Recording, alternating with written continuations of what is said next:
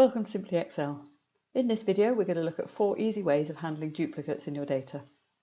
We're going to cover using filtering on unique values to return a unique list, using the unique function if you've got Office 365 or you're using Excel Online, using conditional formatting to highlight duplicates or unique values, and finally using data tools to remove duplicates. The first thing we're going to look at is filtering on unique values. To begin, we just need to click into our data, anywhere in our data, and come up to the Data tab in our ribbon, and then across to the Sort and Filter area. And we're going to click on the Advanced Filter. This brings up the Advanced Filter dialog box, and you can see we've got a couple of options in here. Firstly, we're going to look at filtering the list in place. All we need to do is tick Unique Records Only, and click OK, and you'll see it's returned just 19 of our 33 records. On the left, the row numbers have turned blue to indicate that there's a filter on this data. So we haven't actually lost any of that data, we've just hidden it from view so we can just see a list of the unique values. Just going to undo that using Ctrl and Z and come back into our Advanced Filter menu, and we're going to use the Copy to Another Location option this time.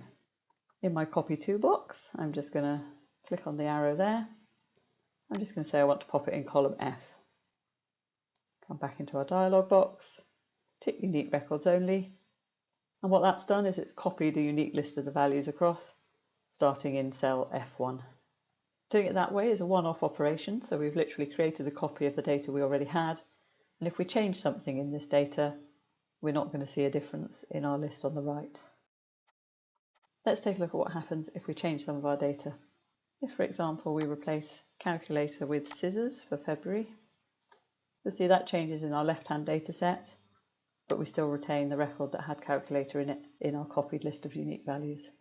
If we wanted our list on the right to be dynamic, what we need to do is use the unique function. That's available in Excel 365 and in Excel Online. Just going to clear this data from here. I'm going to keep our headers, and we're going to start in this cell below region. All we do is type equals unique, open our brackets, and then it's looking for our array of data. All we need to do is highlight our data. So just use Control Shift and the right arrow and then Control Shift and the down arrow to highlight that. Close the brackets, and we now have our list of unique values. The difference being that this time, if we change calculator to scissors in February here, our list has changed, it's reduced by 1, and that February calculator record has disappeared. The next method we're going to look at is highlighting either duplicate or unique values using conditional formatting. The thing to note about conditional formatting, which differs from the unique function we've just used and our filter on unique values, is that when we ask it to highlight unique values, it's only going to highlight the ones that only appear once. So it's not going to highlight the first occurrence of a value that appears multiple times. Let me show you what I mean. I'm going to highlight all our data using Control Shift and down, come to our conditional formatting. In the Highlight Cells rules, we're going to go to Duplicate Values. This defaults to highlighting the duplicates, so let's just take a look at what that's done. And what this has done, it's highlighted every product that appears more than once in the list. If we undo that, come back to our Conditional Formatting menu, back into Highlight Cells rules, and in Duplicate Values, and click on Unique, and you'll see it's now highlighting just those values which appear only once. So we're not getting our unique list, so we're not getting the first occurrence of ballpoint pens or hardback notebook. We're just getting the two that only appear once. The other thing to note about conditional formatting is you can't apply it to multiple cells like we did with our unique function and our filter on unique. If we wanted to highlight unique values across region, month and product, we'd need to build a combined column.